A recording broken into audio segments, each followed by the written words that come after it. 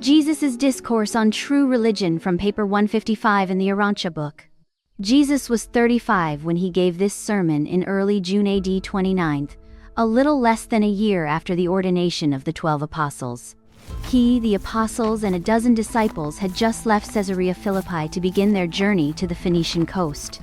They passed around the marsh country, by way of Luz, to the point of junction with the Magdala-Mount Lebanon Trail Road, thence to the crossing with the road leading to Sidon, arriving there Friday afternoon.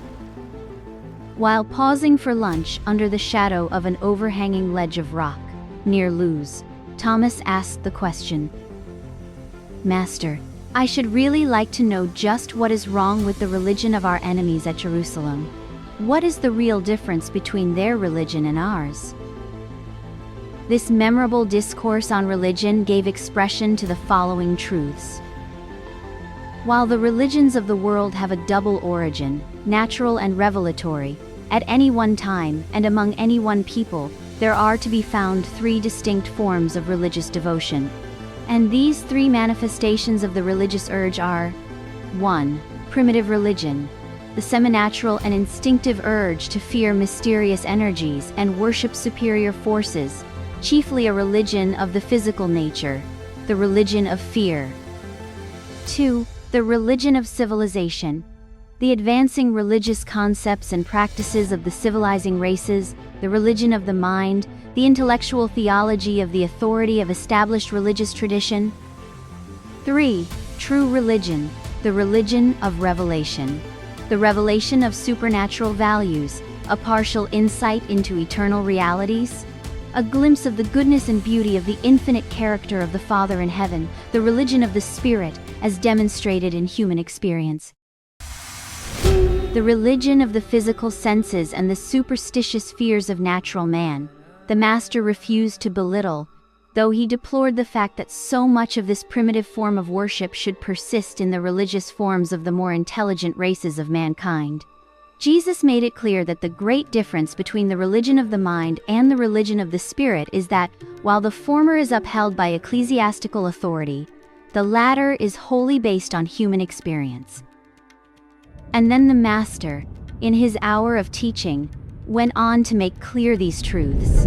Until the races become highly intelligent and more fully civilized, there will persist many of those childlike and superstitious ceremonies which are so characteristic of the evolutionary religious practices of primitive and backward peoples. Until the human race progresses to the level of a higher and more general recognition of the realities of spiritual experience, large numbers of men and women will continue to show a personal preference for those religions of authority which require only intellectual assent, in contrast to the religion of the spirit, which entails active participation of the mind and soul in the faith adventure of grappling with the rigorous realities of progressive human experience. The acceptance of the traditional religions of authority presents the easy way out for man's urge to seek satisfaction for the longings of his spiritual nature. The settled, crystallized, and established religions of authority afford a ready refuge to which the distracted and distraught soul of man may flee when harassed by fear and tormented by uncertainty. Such a religion requires of its devotees, as the price to be paid for its satisfaction and assurances, only a passive and purely intellectual assent.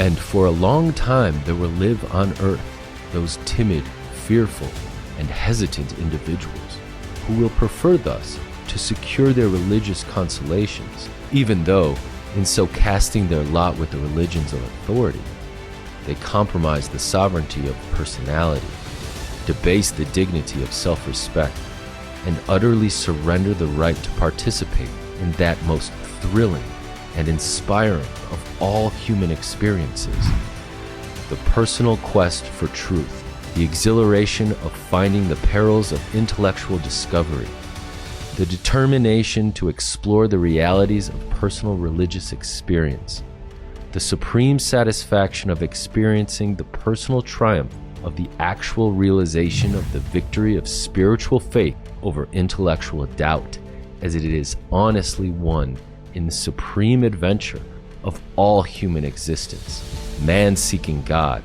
for himself and as himself, and finding him.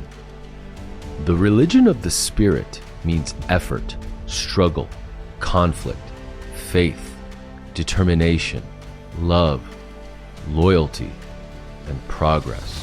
The religion of the mind, the theology of authority, requires little or none of these exertions from its formal believers. Tradition is a safe refuge and an easy path for those fearful and half-hearted souls who instinctively shun the Spirit's struggle and mental uncertainties associated with those faith voyages of daring adventure out upon the high seas of unexplored truth, in search for the farther shores of spiritual realities as they may be discovered by the progressive human mind and experienced by the evolving human soul. And Jesus went on to say, At Jerusalem, the religious leaders have formulated the various doctrines of their traditional teachers and the prophets of other days into an established system of intellectual beliefs, a religion of authority. The appeal of all such religions is largely to the mind, and now are we about to enter upon a deadly conflict with such a religion, since we will so shortly begin the bold proclamation of a new religion, a religion which is not a religion in the present-day meaning of that word, a religion that makes its chief appeal to the divine spirit of my Father, which resides in the mind of man, a religion which shall derive its authority from the fruits of its acceptance, that will so certainly appear in the personal experience of all who really and truly become believers in the truths of this higher spiritual communion. Pointing out each of the 24 and calling them by name, Jesus said, And now, which one of you would prefer to take this easy path of conformity to an established and fossilized religion, as defended by the Pharisees at Jerusalem, rather than to suffer the difficulties and persecutions attendant upon the mission of proclaiming a better way of salvation to men, while you realize the satisfaction of discovering for yourselves the beauties of the realities of a living and personal experience in the eternal truths and supreme grandeurs of the kingdom of heaven? Are you fearful, soft, and ease-seeking? Are you afraid to trust your future in the hands of the God of truth, whose sons you are? Are you distrustful of the Father, whose children you are? Will you go back to the easy path of the certainty and intellectual settledness of the religion of traditional authority? Or will you gird yourselves to go forward with me into that uncertain and troublous future of proclaiming the new truths of the religion of the Spirit, the kingdom of heaven in the hearts of men?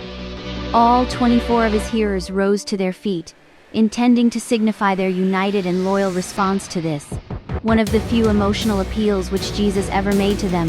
But he raised his hand and stopped them, saying, Go now, apart by yourselves, each man alone with the Father, and there find the unemotional answer to my question. And having found such a true and sincere attitude of soul, speak that answer freely and boldly to my Father and your Father, whose infinite life of love is the very spirit of the religion we proclaim. You can find a link to this discourse in the Urantia Book in the description section. Please share your takeaway from this truth-inspiring sermon of Jesus in the comments section.